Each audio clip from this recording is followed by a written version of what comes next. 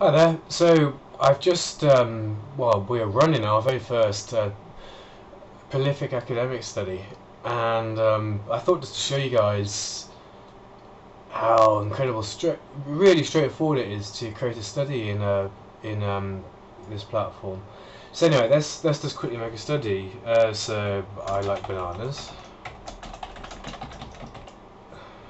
Click on OK, and then So the key thing is you need to have this URL at the end of your experiment so that when the participant finishes the study they can click on it to go to Prolific Academic to submit their to tell the platform that they've finished their study. So easy peasy, just stick that into a text field at the end of your study. You specify all this sort of stuff. I'm just going to make a fake experiment, and I'm going to say it lasts a very short time. Aha! So 1 minute is the minimum time. Reward per participants. Let's see. They have a minimum payment feature in Prolific, so I'd imagine if we put that in, we're going to £6 an hour. Okay, so let's reduce that even lower. I'd imagine we're going to get told off. Yeah, we got told off here. Okay, some tweaking is needed for the text, but anyway. So reward must be at least 10 pence for the duration. So let's put in 10 pence. And that's just awesome, having a minimum payment. It's so refreshing from Mechanical Turk. Okay, so we've got all this stuff stuck in, estimated completion time, and the nice thing is when you actually run in your study, you get here's a study we're running right now, and you get like an average completion time. You get some stats which tells you about the study that you're running. So blah blah blah blah blah. We put in all the information that we need. I've done this. I'm just going to lie. Show you can. So then we go to next. We enter some description about the experiments. There's a nice, as opposed to Mechanical Turk, you can prettify your text. You can even use italic and colours. So this is quite cool. Pre-screening. So what's the minimum age of your participants? I'd imagine if we put anything below 18, we're going to get in trouble. And maximum 99. Let's see if that tells us off. Aha! Did we get told off for that? Okay, so I'll feed back to Prolific saying they need to have a minimum date of birth of 18.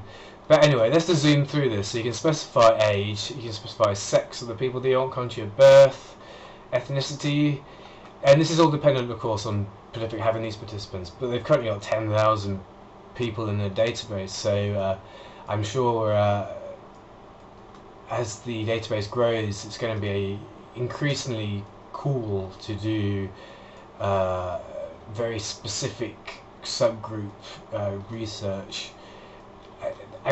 All these filters are rather awesome. It's going to be excellent, really. Religious affiliation. Wow. Good gosh. Supervisor. I wonder what that means. Political affiliation. Wow. Well, anyway, so there's all these different filters you can apply. I think we don't have any applied at the moment. So then you click go to next, and then it's all about publishing. So you have to specify, you have to first of all say that you have the URL at the end of the study, otherwise the participants can't get paid. You also have to collect the Prolific ID, and when I initially saw this I was a bit scared because I thought I'd have to muck around with URL stuff, as in you can store data at the end of the URL by using question mark blah equals 123. You can store that blah via software, but in actual fact, the solution that Phelim, the programmer behind Prolific, suggests is just to ask your participants to provide their you just ask your participants for their ID. I'll just show you how we did it. Yeah, we simply, please tell us your Prolific Academic participant ID. Easy peasy. And of course, like if you really have to make sure you collect that data in case there's quibbles. So it's probably best to have logic in there that's fires if the ID is not provided. I'll just quickly show you what the completion code at the end looks like. So thank you for taking part in the study, blah blah blah blah. Click here to tell Prolific you completed the study. Okay, so that's all cool. You can specify the device. I guess that's a filter, some description, or maybe the participants can see what's going on. And then you just click on complete. And if you have sufficient funds in your balance, you can continue to the experiment. I'm not going to click on submit because I don't want people doing a study called I Like Bananas. And also, I haven't specified the experiment URL here, so I'd imagine Prolific would tell me off for submitting such a silly study. Let's just delete the study. So here's one we're running at the moment in time. Now, one of the coolest features I've noticed, it's such a nice tiny little feature, but I'm rather excited over it, is that as opposed to Amazon's Mechanical Turk, I'll show you the back end of that actually. We may as well show you the back end of that. Hopefully it didn't reveal any of my passwords. As opposed to Mechanical Turk, you have a tally of how many participants have currently done the study versus the total tally that you want. This is dynamic, it just increases, which is absolutely awesome.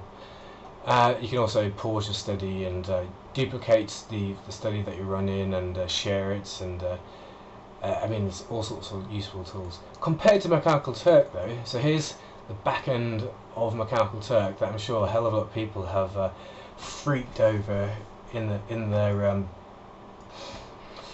their experiences with. So if you want to see how many participants you've collected, you have to click refresh, and then you get this value here updates, and there's just a lot less information you can provide. And I'm so glad to see the back of this absolutely awfully designed piece of software. Anyway, so that's a quick overview of Prolific Academic. If participants want to contact you, they send an email through Prolific and it arrives in your inbox. That's quite cool. And that's it. Well, happy prolificing. Cheers, guys.